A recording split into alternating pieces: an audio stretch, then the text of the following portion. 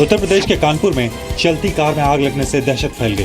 कानपुर के गोविंद नगर में एक बारात के पास से गुजर रही कार में आग लगने से लोग इधर उधर भागने लग गए। कार में हर्षित गुप्ता समेत 5 लोग सवार थे। आग लगने के बाद वो किसी तरह जान बचाकर बाहर निकले। धू धू कर जलती कार को फायर ब्रिगेड ने बुझाया।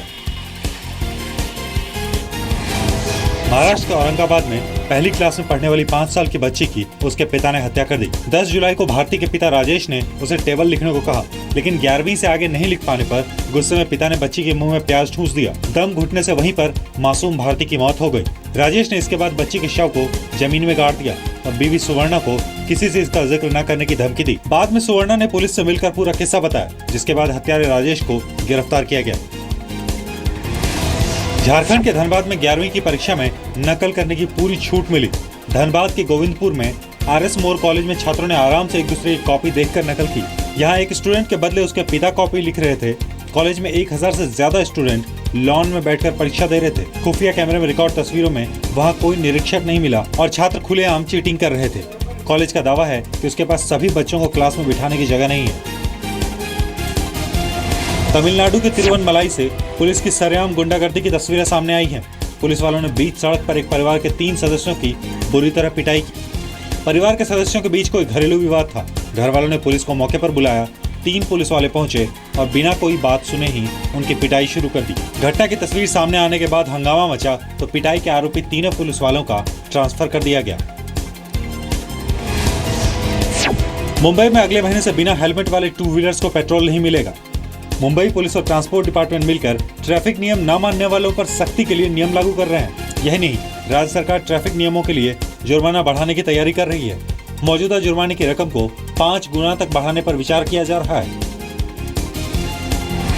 उत्तर प्रदेश के गाजीपुर में पीडब्ल्यूडी मंत्री शिवपाल यादव के कार्यक्रम में एक युवक ने सुसाइड करने की कोशिश की। सत्येंद्र कुमार नाम के युवक ने अपने शरीर पर केरोसिन डालकर आग लगा लिया। सत्येंद्र का आरोप है कि उसे रेप के झूठे केस में फंसा दिया गया है और कहीं सुनवाई न होने के बाद उसने खुद को आग लगाई है।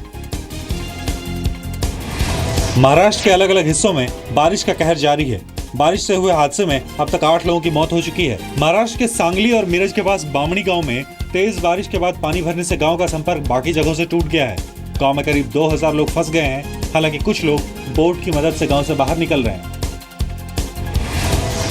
महाराष्ट्र के अलग अलग हिस्सों में बारिश का कहर जारी है। बारिश से हुए हादसे में अब तक 8 लोगों की मौत हो चुकी है। महाराष्ट्र के सांगली और मिरज के पास बामणी गांव में तेज बारिश के बाद पानी भरने से गांव का संपर्क बाकी जगहों से टूट गया है। गांव में करीब 2000 लोग फंस गए हैं। हालांकि कुछ लोग बोट की मदद से गांव से बाहर निकल रहे हैं। महाराष्ट्र के नंदुरबार के पाचौराबारी गांव में तेज बहाव में 6 लोग बह गए। बताया जा रहा है कि इसके साथ 173 मवेशी भी बह गए और साथ ही 171 घरों के ढहने की खबर है। गांव वालों का आरोप है कि भुसावल सूरत लाइन को डबल बनाने का काम चल रहा है। इसी प्रोजेक्ट के लिए खोदी हुई मिट्टी नाले में गिर गई और उसके बाद बाढ़ जैसे हालात बन गए हैं।